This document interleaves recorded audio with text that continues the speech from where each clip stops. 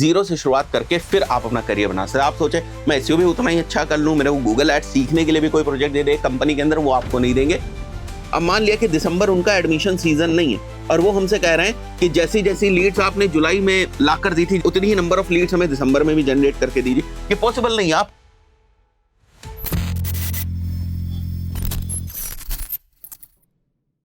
Hello everyone and once again welcome back to another episode of Sunday Charcha series. Myself Umar Taskeer. Guys देखते हैं कि इस हफ्ते के आप लोगों के कौन कौन से क्वेश्चन है। सबसे पहला क्वेश्चन यहाँ पर संकेत का है। ये पूछा है, currently I am working as a performance marketer but I need suggestion which are the best options to change the domain which is not required sales. मतलब मार्केटिंग के अगर आप किसी भी डोमेन के अंदर रहेंगे तो सेल्स से रिलेटेड तो थोड़ा बहुत रहेगा ही, राइट, बट डायरेक्टली सेल्स तो नहीं होती मार्केटिंग में। मार्केटिंग में जो मेन आपका रोल होता है वो होता है कि आप मार्केटिंग क्वालिफाइड लीड्स जो है वो जनरेट करके दे दें। देखिए, जब आप लीड जनरेशन के अंदर रहेंगे तो दो चीजें जनरली होती हैं, एक होती है हमारी मार्केटिंग क्वालिफाइड लीड और एक होती है हमारी sales qualified lead, right. Sales qualified lead generate करना जो काम होता है वो होता है बेसिकली सेल्स टीम का, जो हार्डकोर सेल्स टीम होती है। मार्केटिंग क्वालिफाइड लीड की जो क्वालिटी वो अच्छी हो, इनके नंबर्स जो है वो अच्छे हो, ज्यादा मार्केटिंग क्वालिफाइड लीड्स आए, ये काम होता है मार्केटिंग टीम का। तो अगर आप परफॉर्मेंस मार्केटिंग कर रहे हैं लीड जनरेशन के पॉइंट ऑफ व्यू से, तो मेजरली आपका जो रोल होता है वो इस चीज के लिए होता है। हाँ, यहीं से जो है वो एसक्यूएल भी निकल के आती है और अल्टीमेटली यहीं से कन्वर्जन भी होता है। तो डायरेक्टली इनडायरेक्टली आप कहीं ना कहीं इन सब चीजों के लिए रिस्पॉन्सिबल होते ही हैं। और जब आप परफॉर्मेंस मार्केटिंग कर रहे हो तो परफॉर्मेंस मार्केटिंग का मतलब ही यही होता है कि you are responsible for every dollar that you are spending, right. $1 अगर आप स्पेंड करें तो उससे मैक्सिमम आप आरओएस जो है वो कितना निकाल पा रहे हैं, मतलब रिटर्न ऑन एड स्पेंड आप कितना दे पा रहे हैं। एक परफॉर्मेंस मार्केटर जो $1 से $2 बना पा रहा है वो है आप, या फिर एक परफॉर्मेंस मार्केटियर जो $1 से $5 निकाल पा रहा है वो है आप। तो अगर आप मार्केटिंग की किसी भी डोमेन के अंदर रहेंगे तो इन सारी चीजों से आपका पीछा जो है वो नहीं छूटने वाला है। फिर भी अगर आप डोमेन चेंज करना चाहते हैं तो आप डेवलपमेंट वगैरह में जा सकते हैं। अगर आप डेवलपमेंट में हैं, मैं वेब डेवलपमेंट के पॉइंट ऑफ व्यू से बात कर रहा हूँ, ऐप डेवलपमेंट के पॉइंट ऑफ व्यू से बात कर रहा हूँ, राइट। ऑटोमेशंस में आप जा सकते हैं, अगर ऑटोमेशंस में आपको इंटरेस्ट है तो ऑटोमेशन सेटअप आप कर सकते हैं। फनल बिल्डिंग में आप जा सकते हैं, फनल बिल्डिंग में अगर आपको इंटरेस्ट है तो फनल बिल्डिंग आप कर सकते हैं। इसी के अलावा एक नया डोमेन है, नया बोलेंगे या फिर बोलेंगे बहुत ही इमर्जिंग डोमेन है, that is basically tracking setup. तो ट्रैकिंग सेटअप के अंदर आप जा सकते हैं, बट इसमें आपको ना रेगुलर बहुत ज्यादा काम जो है वो नहीं मिलता है। मतलब ऐसा तो है नहीं कि रोज 200 प्रोजेक्ट्स के ऊपर आपको काम करने का मौका मिलेगा जहां पर आप जो है वो ट्रैकिंग सेटअप करेंगे, या रोज आपको 2-4 प्रोजेक्ट्स जो है वो मिल जाएंगे जहां पर आप ट्रैकिंग जो है वो सेटअप करेंगे। It's a kind of a clerical job. एक बार आपने उसको सेटअप कर दिया, ठीक है, वो चल रहा है, तो यहाँ पर ज्यादा आप पैसे भी जो है वो नहीं बना पाएंगे। पैसे आप वहीं पर ज्यादा बना पाते हैं जहां पर आप बेसिकली आरओएस से डायरेक्टली या इनडायरेक्टली एसोसिएटेड होते हैं। अगर आप कंपनी को direct value in terms of money provide करके दे सकते हैं, in terms of sales provide करके दे सकते हैं, तो वहां पर जो आपकी वैल्यू है वो ज्यादा होती है, यहां पर आप ज्यादा जो है वो पैसे बना पाएंगे। बाकी आपकी मर्जी है, मैंने 2-3 चीजें जो है वो आपको बता दी। इसके अलावा जो है वो प्रोजेक्ट मैनेजमेंट वगैरह में भी आप एंटर कर सकते हैं, but over the period of time जैसे से आपको अनुभव होता जाएगा प्रोजेक्ट मैनेजमेंट के अंदर भी जो है वो जा सकते हैं। तो ऐसी बहुत सारी डिफरेंट डिफरेंट प्रोफाइल्स हैं, बट अगेन ये सारी प्रोफाइल्स फिर मार्केटिंग से रिलेटेड नहीं है, मतलब कोर मार्केटिंग से रिलेटेड नहीं है। कोर मार्केटिंग के अंदर कहीं ना कहीं थोड़ा बहुत जो इन्वॉल्वमेंट है वो सेल्स टीम का जो है वो हो जाता है। जैसे यहां पर मैं आपसे बात करूं तो कहीं ना कहीं आप थोड़ा बहुत रिस्पॉन्सिबल जो है वो हो जाते हैं। फाइन, आई बिलीव आपको आपके क्वेश्चन का जो आंसर है वो मिल गया होगा। नेक्स्ट जो है वो यहाँ पर मनीष का क्वेश्चन है, I work as a paid ads team lead, we manage many account, some perform well, some account struggle, our owner is impatient about the results all the time, he says fix the number of weekly conversions for every project, even for new project he expect us to get conversions in first week itself, get leads otherwise clients भाग जाएगा, client का message का reply नहीं दो तो client भाग जाएगा even in weekends and after office time, if there are no leads he doubts the team's capability, he pays me well but is it okay to continue in such an environment। देखो, ये एक challenge है। जितनी भी नई अगर आप digital marketing agencies देखेंगे तो उनमें एक मेजर चैलेंज यही होता है कि उनकी जो एसओपीज होती है ना वो क्लियरली डिफाइन नहीं होती। अब इनमें से जो कुछ चैलेंजेस आपने बताए हैं वो आसानी से जो है वो सॉल्व हो सकते हैं। जैसे आपने यहाँ पर वीकेंड वाली बात करी, वीकेंड कम्युनिकेशन वगैरह के पॉइंट ऑफ व्यू से बात करी, तो अब इस सिनेरियो में हम क्या करते हैं, बेसिकली हमारे पास पहले से ही ना एक ऑनबोर्डिंग डॉक्यूमेंट है जो हम क्लाइंट को सेंड कर देते हैं। अब उस ऑनबोर्डिंग डॉक्यूमेंट के अंदर क्लियरली ये मेंशन है कि हमारे वर्किंग आवर्स क्या हैं, हमारा जो रिप्लाई टाइम है वो क्या है। फॉर एग्जांपल अगर आप व्हाट्सएप के ऊपर मैसेज करेंगे तो हमारा रिप्लाई टाइम जो है वो 2 से 3 आवर्स जो है वो हो सकता है। अगर आप ईमेल के ऊपर मैसेज कर रहे हैं तो हमारा रिप्लाई जो है वो 5 से 6 आवर जो हो सकता है। एंड सैटरडेज एंड संडेज को हम ऑफ हैं अनटिल अनलेस बहुत ही ज्यादा अर्जेंसी ना हो। अगर बहुत ज्यादा अर्जेंसी है तो आप एक अर्जेंट टैग करके जो है वो हमें व्हाट्सएप मैसेज कर सकते हैं। तो जब हमने भी देखा कि इस टाइप की जो प्रॉब्लम्स है वो आ रही हैं तो over the period of time हमने उसके सॉल्यूशंस जो है वो निकाले। देखिए एक्सपेक्टेशंस यहाँ पर जो है वो थोड़ी सी ज्यादा हैं। जैसे आप बता रहे हैं कि फर्स्ट वीक में ही जो है वो कन्वर्जन्स आने स्टार्ट हो जाने चाहिए। देखिए अगर कोई आपका ओनर है और उसको डिजिटल मार्केटिंग पता है तो बिना मतलब वो आपको पुश नहीं करेगा। मैं कभी भी अपनी टीम को इस तरीके से नहीं पुश करता हूं कि नहीं भाई इसमें कन्वर्जन क्यों नहीं आ रहा है, इसमें तो आ ही जाने चाहिए थे। मैं उनके साथ बैठ के प्रॉपरली फिर से एक बार ऑडिट करता हूं। मैं समझने की कोशिश करता हूं क्या कहीं वो टेक्निकली कोई मिस्टेक तो नहीं कर रहे हैं। अगर उसमें स्कोप ऑफ इंप्रूवमेंट है तो मैं स्कोप ऑफ इंप्रूवमेंट करवाता हूं। अगर बहुत ज्यादा स्कोप ऑफ इंप्रूवमेंट नहीं है तो मैं बहुत ज्यादा पुश नहीं करता हूं कि नहीं नहीं बस आना ही चाहिए, किसी भी तरीके से आप ला कर दो। इससे क्या होगा, फिर टीम भी पैनिक हो जाएगी और बहुत अच्छे तरीके से परफॉर्म नहीं कर पाएगी। उनके पास थोड़ा सा फ्रीडम इस चीज का होना चाहिए कि वो नई नई चीजों को इंप्लीमेंट कर पाए। अब नई नई चीजों को इंप्लीमेंट करने के पॉइंट ऑफ व्यू से भी टाइम चाहिए। फॉर एग्जाम्पल अगर आपने कोई एक स्ट्रैटेजी बनाई तो उस स्ट्रैटेजी को टेस्ट करने के लिए भी तो 7 डेज चाहिए। मान लिया 7 डेज के अंदर वो स्ट्रैटेजी काम नहीं करी तो फिर आप कोई नई स्ट्रैटेजी बनाएंगे, नए क्रिएटिव्स को टेस्ट करेंगे। फेसबुक मेटा के पॉइंट ऑफ व्यू से मैं आपको बता रहा हूं। तो अब ये 7-8 दिन 10 दिन 15 दिन तो लगेंगे ही ना किसी चीज को टेस्ट करने में। बहुत सारे सिनेरियोज ऐसे होते हैं जहां पर ब्रांड्स जो है या जो प्रोजेक्ट्स हैं वो इनिशियली 2-3 मंथ्स तक क्रैक नहीं होते हैं और उसके बाद हम देखते हैं कि वो परफॉर्म करने लगते हैं और धीरे धीरे जो परफॉर्मेंस है वो आने लगती है। अब मान के चलते कोई क्लाइंट आपके पास इस टाइम पर आया जहां पर जो है वो उस क्लाइंट का सीजन ही नहीं था। या एग्जाम्पल के तौर पर मैं आपको बताऊं, जैसे हम लोग बहुत सारे कोचिंग क्लाइंट्स और एजुकेशनल इंस्टीट्यूट्स के साथ काम करते हैं। अब मान लिया कि दिसंबर उनका एडमिशन सीजन नहीं है और वो हमसे कह रहे हैं कि जैसी जैसी लीड्स आपने जुलाई में जो है वो लाकर दी थी, जितनी क्वालिटी ऑफ लीड्स, जितनी नंबर ऑफ लीड्स आपने जुलाई में हमें जनरेट करके दी थी, उतनी ही नंबर ऑफ लीड्स हमें दिसंबर में भी जनरेट करके दीजिए। ये पॉसिबल नहीं है, आप कितना भी मुझे पुश करने की कोशिश करें। बट क्योंकि गूगल एड्स के ऊपर दिसंबर के अंदर जो सर्च वॉल्यूम है वो डिक्लाइन कर गया तो मैं कहां से आपको लीड्स उतनी ला कर दूंगा, राइट। जो भी सर्च वॉल्यूम है उसी का तो एक परसेंटेज जो है वो लीड्स के अंदर कन्वर्ट होता है और अगर सर्च वॉल्यूम ही डाउन हो गया तो उसका परसेंटेज जो है वो भी डाउन हो जाएगा। तो there are so many factors which are responsible in the performance of a project. बात रही जैसे आपने बताया कि मुझे उस कंपनी के अंदर काम करना चाहिए या नहीं करना चाहिए, देखिए मैं क्लियरली बताऊंगा आपको कि अगर वो कंपनी प्रोसेसेस सिस्टम्स बना रही है और जो चीजें जस्टिफाइड हैं उनको समझ रही है, भले उसमें टाइम लग जाए। जैसे मैंने आपको एक चीज बताई कि एसओपीस बहुत सारे लोग जो है वो फॉलो करते हैं कि भाई हम ये वाली जो एसओपी है फॉलो करेंगे। अगर वो कंपनी वो एसओपीस बना रही है फिर तो ठीक है। अगर वो कंपनी केवल यही चीज कह रही है कि नहीं नहीं आप तो रिजल्ट्स ला कर दो, रिजल्ट्स क्यों नहीं आ रहे, रिजल्ट्स तो आना ही चाहिए, या कोई भी आपका सीनियर पर्सन भी आपसे कह रहा है, तो वहां पर थोड़ी समस्याएं हैं। क्योंकि आप कितनी ही डिजिटल मार्केटिंग सीखेंगे, आप इस बात को समझिए ना, आपको डैशबोर्ड लेवल पर कितनी चीजें सीखने की जरूरत है। मेटा एड्स की अगर मैं डैशबोर्ड्स के पॉइंट ऑफ व्यू से बात करूं तो आप 1 मंथ में सीख जाएंगे। गूगल एड्स के डैशबोर्ड्स के पॉइंट ऑफ व्यू से बात करूं तो 2 मंथ्स के अंदर आप गूगल एड्स जो है वो डैशबोर्ड्स के पॉइंट ऑफ व्यू से सीख जाएंगे। उसके बाद क्या चीजें काम करेंगे, भाई कैंपेन बनाना तो एक ही बार सीखेंगे ना, राइट। चाहे वो मेटा के पॉइंट ऑफ व्यू से बात करूं, चाहे मैं वो गूगल के पॉइंट ऑफ व्यू से बात करूं, कैंपेन बनाना आपको आ गया। बट कैंपेन किस तरीके से बनाते हैं उन चीजों को टेस्ट करने के लिए आपको वक्त चाहिए। वो ऐसा नहीं कि वो तुरंत का तुरंत जो है वो चीजें हो जाएंगी। तो अगर आपको ये सारी चीजें आती हैं फिर आपको बेटर इन्वायरमेंट मिलने की जरूरत है। अगर आपको इन्वायरमेंट नहीं मिलेगा, प्रेशर एक अलग चीज होती है, देखिए प्रेशर एक अलग चीज होती है, चैलेंजेस एक अलग चीज होती हैं कि भाई मेरे को ना प्रेशर बहुत ज्यादा है अच्छा परफॉर्म करने का, मेरे पास चैलेंजेस बहुत ज्यादा है, मेरे पास थोड़े से कॉम्प्लिकेटेड प्रोजेक्ट्स आते हैं, वो सब चीजें ठीक हैं। बट जो फैक्चुअल चीजें वही कोई ना एक्सेप्ट करे तो फिर वो प्रॉब्लम की बात जो है वो हो जाती है, ठीक है। तो मनीष मैंने थोड़ा डिटेल में समझाने की कोशिश करी है। आई बिलीव आपको आपके क्वेश्चन का आंसर मिल गया होगा और इस टाइप के क्वेश्चन बहुत सारे लोगों को होते हैं। आई बिलीव उनकी भी जो है हेल्प हो जाएगी, ठीक है। तो बहुत सारे सिनेरियो में एक और चीज मैं कंटिन्यू करना चाहूंगा कि ऐसा होता है कि फॉर एग्जांपल अगर हम 15 प्रोजेक्ट्स को मैनेज कर रहे हैं, मैं केवल आपको एग्जांपल बता रहा हूं, तो जरूरी नहीं कि 15 के 15 प्रोजेक्ट्स हम ही से क्रैक हो जाएं। हो सकता है 6 प्रोजेक्ट्स हमसे क्रैक हो जाएं, 7 प्रोजेक्ट्स हमसे क्रैक हो जाएं। तो ये सारी चीजें चलती रहती हैं। तो अगर आप इस तरीके से डाउट करने लगेंगे तो फिर तो प्रॉब्लम ही क्रिएट हो जाएगी। अब जैसे फॉर एग्जांपल अगर हम 100 कोचिंग क्लाइंट्स को मैनेज कर रहे हैं, राइट, 100 कोचिंग क्लाइंट्स को अगर हम लोग मैनेज कर रहे हैं तो जरूरी नहीं कि ना 100 के 100 कोचिंग क्लाइंट्स बेहतर से बेहतर परफॉर्म कर रही हैं हम ही लोग मैनेज करने वाले। वही स्ट्रैटेजी है, एक कोचिंग इंस्टीट्यूट जो है वो परफॉर्म कर रहा है उस स्ट्रैटेजी के ऊपर, एक दूसरा जो कोचिंग इंस्टीट्यूट है वो उस स्ट्रैटेजी के ऊपर नहीं परफॉर्म कर रहा, तो फिर आप थोड़ी सी स्ट्रैटेजी चेंज करते हैं। बट इन सब चीजों में टाइम तो लगेगा ना। आप ये नहीं कह सकते कि नहीं आपने उसके अकाउंट में परफॉर्मेंस डे 1 से लाकर दे दी थी तो इसमें भी डे 1 से परफॉर्मेंस आनी चाहिए। भाई साहब नहीं पॉसिबल है।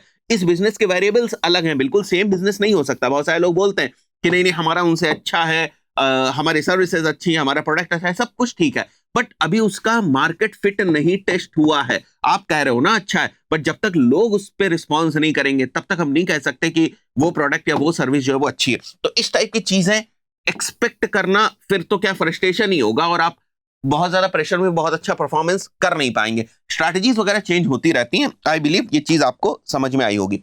नेक्स्ट क्वेश्चन यहां पर एक और है। Hello Marzi, thank you for running wonderful knowledge platform. I run an e-commerce women's wear web platform. How can I target HNI clients through Facebook ads? HNI I believe आप high income group की बात कर रहे हैं कि किस type से high net worth individuals को आप टारगेट कर सकते हैं। देखिए फेसबुक एड्स के अंदर अगर आप ये सोच रहे हैं कि मैं ऑडियंस वगैरह के बेसिस पे इसको टारगेट कर लूंगा या कर लूंगी, वो तो पॉसिबल नहीं है।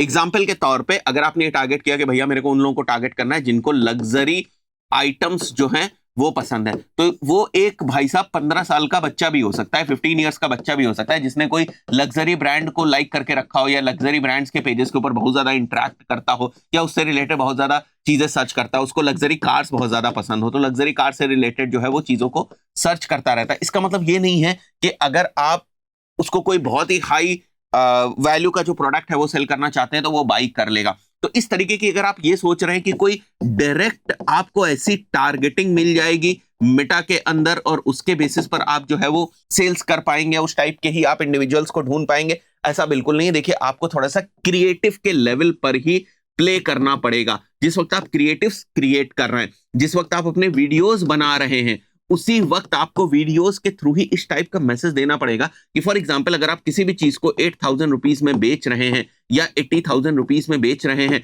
तो क्यों आप उसको बेच रहे हैं, उसकी यूएसपी क्या है, आपको उसकी वैल्यू जो है वो वहीं पर दिखानी पड़ेगी। अगर वो आप नहीं दिखा पाएंगे तो फिर मेटा आपके एड को सही ऑडियंस तक नहीं पहुंचा पाएगा। There is no way in Meta audiences कि डायरेक्टली अमीर लोगों तक ही मेरा एड पहुंचे। कुछ आप जो सिग्नल्स हैं वो दे सकते हैं, बट वो भी आपको किसके थ्रू देना है, जो मैंने आपको बताया इन चीजों के थ्रू जो है वो देना है। तो अगर आप अपने प्रोडक्ट को या सर्विस को एड कॉपी के अंदर बेहतर तरीके से एक्सप्लेन कर पा रहे हैं, सारी चीजें मेंशन कर पा रहे हैं, डिफरेंट डिफरेंट क्रिएटिव्स के थ्रू इसको मेंशन कर पा रहे हैं, तो बाय डिफॉल्ट मेटा आपका एड जो है उस टाइप के लोगों तक जो है वो पहुंचाने की कोशिश करेगा, पहुंचा देगा। दूसरी एक और इंपॉर्टेंट चीज कि ये एक आपको समझना पड़ेगा, ये फैक्चुअल चीज है कि जो एवरेज टिकट प्राइस की चीजें होती हैं, एवरेज टिकट प्राइस की चीजें होती हैं या लो टिकट प्राइस की जो चीजें होती हैं वो मेटा के ऊपर ज्यादा बिकती है बिकॉज उनका जो प्रोपोर्शन है वो भी ज्यादा है।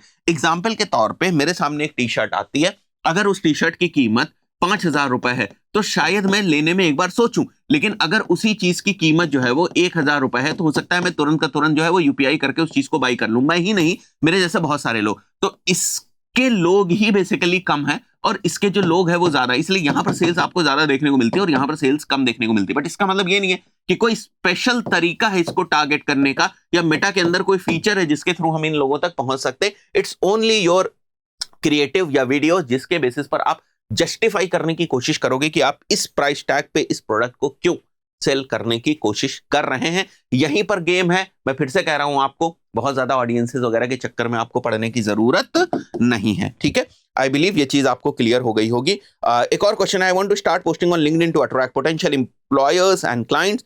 I do not have any previous internship or job experience, but I do have a personal project experience of running Facebook ads for an affiliate project. Now my question is whether I should post the matrices of the ads on LinkedIn, the CPC, the CTR and CPM etc. and should I share the ad copies I wrote for that ad and image creative? आप कर सकते हैं, but कब तक करेंगे ये? मतलब आपने एक ही प्रोजेक्ट के ऊपर काम किया है, 2-4 पोस्ट उस प्रोजेक्ट से रिलेटेड लिख देंगे, उसके बाद क्या होगा?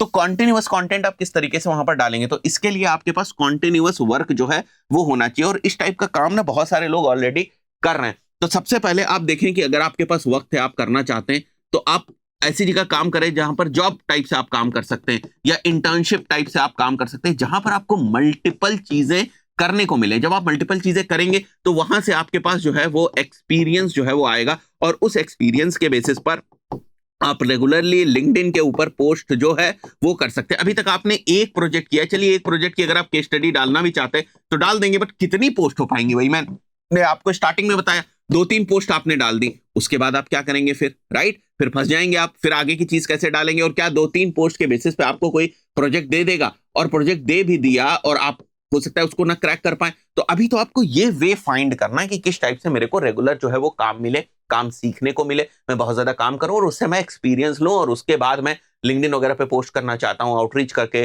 जो है वो अपने लिए प्रोजेक्ट्स लाना चाहता हूं, फिर वो कर सकता हूं। जब आप यहाँ पर बहुत सारे चीजें करेंगे, जॉब करेंगे, इंटर्नशिप करेंगे, तो यहाँ से भी बहुत सारे आपको रास्ते जो है, वेज जो है वो देखने को मिलेंगे, जिनके थ्रू आप भविष्य में आगे जो है वो बढ़ सकते हैं। बट मैं तो नहीं रिकमेंड करूंगा कि अभी शुरुआत में आपके पास उतना एक्सपीरियंस नहीं है, आप 2-4 लिंक्डइन पोस्ट के बाद फंस जाएंगे। राइट, लास्ट में आपने लिखा हुआ is it a good practice और it is considered as a bad practice in the eyes of industry? Good practice है, अगर आपके पास प्रोजेक्ट है ना तो गुड प्रैक्टिस है। राइट, वही चीज है। तो आई बिलीव आपको मेरा आंसर जो है, सजेशन जो है वो समझ में आया होगा। Hello sir, I am working for an institute which runs school, neat and paramedical coaching under one roof, and I'm running ads for all the 3 by different accounts. I'm getting leads for paramedical and school, but struggling to get leads for NEET coaching. Done all the possible campaign changes, creatives, but no lead is coming. The institute is in Nasik, Maharashtra. So does the location and mentality of the people living here are affecting the results? Please answer and guide me. हाँ, हो सकता है, but आप थोड़ा सा मेरे को ये बताते हैं कि अभी तक आपने कितना अमाउंट वगैरह स्पेंड कर रखा है, तो मैं थोड़ा सा और जज कर पाता कि ये तो ठीक ठाक आपने अमाउंट स्पेंड रखा है, या इतना टाइम से आप एड्स रन कर रहे हैं और उसके बाद भी आपको लीड्स नहीं आ रही, तो क्वेश्चनेबल है। अब पता चला आपने अभी तक केवल मान के चलते हैं 4,000 रुपए ही खर्च किए हुए हैं मेटा एड्स के पॉइंट ऑफ व्यू से, और आपको कोई लीड्स नहीं आई और आप परेशान हो रहे हैं। ठीक है, तो ऐसा भी नहीं है, मतलब थोड़ा सा और आप वेट कर सकते हैं। हाँ, एरिया का जो आपने पॉइंट ऑफ व्यू बताया, एरिया या लोकेशन भी एक फैक्टर हो सकती है, but I don't think so Nashik जैसी लोकेशन का फैक्टर हो सकता है कि आपके पास एक भी लीड जो है वो ना जनरेट हुई हो। मैं फिर से कहूंगा आपसे कि आप अपने एड क्रिएटिव्स वगैरह पे थोड़े से काम करने की कोशिश करें। अगर आपने ऑडियंसेस को बहुत नैरो कर रखा है तो ऑडियंसेस को थोड़ा वाइड करने की कोशिश करें, थोड़ा ब्रॉड करने की कोशिश करें, रिजल्ट्स आपको मिलेंगे। मतलब ऐसा तो बहुत ही कम ही होता है कि कोई भी लीड आपको नहीं मिल रही है। कैंपेन टाइप भी थोड़ा चेंज कर लीजिए। अगर आप लैंडिंग पेज से करने की कोशिश कर रहे हैं तो फिर आप जो है वो इंस्टेंट फॉर्म से करने की कोशिश करिए। ठीक है, इंस्टेंट फॉर्म में भी अगर आपने बहुत ज्यादा क्वेश्चंस डाल रखे हैं तो थोड़े से क्वेश्चंस वगैरह को कम करने की कोशिश करिए। अगर आप क्रिएटिव्स के बेसिस पे अभी केवल ट्राई कर रहे हैं तो आप वीडियोस के बेसिस पे अभी ट्राई करें। राइट, प्लेसमेंट्स अगर आपने बहुत ज्यादा नैरो कर रखे हैं तो थोड़े से प्लेसमेंट्स आप ओपन कर दें। तो ये डिफरेंट डिफरेंट चीजें हैं जिनको आप ट्राई कर सकते हैं। ये बात मानने में थोड़ी सी मुश्किल है कि कोई भी लीड नहीं आई है ना, ये थोड़ा सा मुश्किल है। हाँ, ऐसा तब हो सकता है जब आपने एरिया बहुत नैरो कर रखा हो। अगर आपने लोकेशन बहुत नैरो कर रखी, मतलब आप कह रहे हो कि मैं 3 किलोमीटर या 2 किलोमीटर ही टारगेट करूंगा, यहां सिचुएशन जो है वो फंस सकती है। और जो लीड्स आएंगी भी तो बहुत कॉस्टली जो है वो आएंगी, अगर बाद में आती भी है, क्योंकि सीपीएम ही आपका बढ़ जाएगा, तो अल्टीमेटली आपकी जो लीड्स की कॉस्ट है वो भी आपकी बढ़ जाएगी। तो ये एक इंपॉर्टेंट चीज है, थोड़ा सा इसका ध्यान रखिए। एरिया मतलब मिनिमम सिटी लेवल का तो होना चाहिए। देखिए, बहुत ज्यादा रेडियस अगर आप करते हैं ना तो चीजें डिस्टर्ब होती हैं। ठीक है, फिर भी आ सकती थी लीड। तो ये कुछ जो फैक्टर्स हैं वो मैंने बता दिया आपको, कुछ पॉइंटर्स हैं जो मुझे लगे आपके क्वेश्चन से, वो मैंने आपको बता दीजिए, देख लीजिएगा कि इससे आपको हेल्प हो सकती है नहीं। एक और question, hello Umar sir, my name is Farman, I have been working in the SEO field for past 1 year, but now I want to build my career in Google Ads as I have a clear understanding of its fundamental. Currently, I handle SEO at my workplace, but Google Ads campaigns are managed by a freelancer, so I am not getting the opportunity to gain practical experience. हाँ भाई, वो opportunity आपको क्यों देंगे? आप उनके SEO का काम अभी जो है वो संभाल रहे हैं, वो आपको Google Ads का काम क्यों दे देंगे जब उनके पास अलग से रिसोर्सेज? आप कितना भी कहो, आप कितना भी अच्छा Google Ads कहो कि नहीं नहीं मैं Google Ads संभाल लूंगा, मेरे को SEO भी दीजिए, Google Ads को दीजिए, कोई भी कंपनी ऐसा नहीं करेगी। इवन मैं भी नहीं करूंगा। अगर मैंने आपको एसईओ के लिए हायर किया है, एसईओ में आपको एक्सपीरियंस है, तो एसईओ का काम बेसिकली मैं आपसे करवाऊंगा, गूगल एड्स का मैं आपसे काम नहीं करवाऊंगा। तो इस पर्टिकुलर सिनेरियो में मैं आपको क्या रिकमेंड करूंगा कि आपको बिल्कुल जीरो से जो है वो शुरुआत करनी पड़ेगी। आप किसी कंपनी के अंदर जो है वो अप्लाई कर सकते हैं, इंटर्नशिप के पॉइंट ऑफ व्यू से अप्लाई कर सकते हैं, और गूगल एड्स में बिल्कुल जीरो से शुरुआत करके फिर आप अपना करियर बना सकते हैं। आप सोचे मैं एसईओ भी उतना ही अच्छा कर लूं, मेरे को गूगल एड्स सीखने के लिए भी कोई प्रोजेक्ट दे दे कंपनी के अंदर, वो आपको नहीं देंगे, क्योंकि आपको उन्होंने हायर किया एसईओ के पॉइंट ऑफ व्यू से, और उसके लिए वो आपसे जो काम है वो करवा रहे हैं। आगे आपने यहाँ पूछा हुआ है, how can I successfully switch my career to Google ads and acquire practical skill. जैसे मैंने आपको बताया, इंटर्नशिप से या बिल्कुल बिगिनर लेवल से अगर आप कहीं शुरुआत करना चाहे कर सकते हैं। उसके लिए भी आपको इंटरव्यूज वगैरह क्रैक करने पड़ेंगे, उनको कुछ बताना पड़ेगा क्या क्या चीजें वो आती हैं, आपको जो है वो इंटरव्यू वगैरह के लिए जाएंगे। और as a fresher, as a beginner ही आपको ट्रीट किया जाएगा, आपकी एसईओ की नॉलेज वहां पर काम नहीं आने वाली है। तो अगर आप इस चीज के लिए रेडी हैं कि आप जीरो से शुरुआत कर सकते हैं, then it's totally up to you. यहाँ पर एक और क्वेश्चन है, बस सर कुछ क्लाइंट साइट पर चेंजेस के लिए रेडी नहीं होते हैं एसईओ के पॉइंट ऑफ व्यू से, वो चाहते हैं कि टाइटल डिस्क्रिप्शन अपडेट कर दूं, स्कीमा ऐड कर दूं, बैकलिंक्स क्रिएट करके हमारी बिजनेस को ग्रो कर दूं, बट साइट के स्ट्रक्चर, कंटेंट एक्सेट्रा को कुछ नहीं करना है या वो कुछ करने नहीं देते हैं। भाई साहब, ऐसे क्लाइंट्स के बेसिस पे अगर आप काम करते रहेंगे तो कभी भी ग्रोथ तो दिखेगी नहीं, बिकॉज उसमें पहली रिक्वायरमेंट तो साइट स्ट्रक्चर की ही है, कंटेंट की ही है, वेबसाइट पे जो बहुत सारे डिफरेंट चेंजेस करने हैं वो हैं। तो भाई वो अगर कह रहे हैं तो आप यही कह सकते हो उसमें कि भाई ठीक है, फिर मैं रिस्पॉन्सिबल नहीं हूँ रिजल्ट्स के पॉइंट ऑफ व्यू से, मैं चेंजेस तो आपके करके दे दूंगा। अब उसके बाद भी वो चाहते हैं तो ठीक है, बट सही तरीका तो वही है ना। मतलब आप किसी डॉक्टर के पास जा रहे हो, डॉक्टर को आप खुद ही चीजें बता रहे हो कि ये चीजें कर दो, बट ये मत करना। अब आप डॉक्टर को लग रहा है कि अगर भाई आपको ये ऑपरेशन करने की जरूरत है तो करना पड़ेगा ना।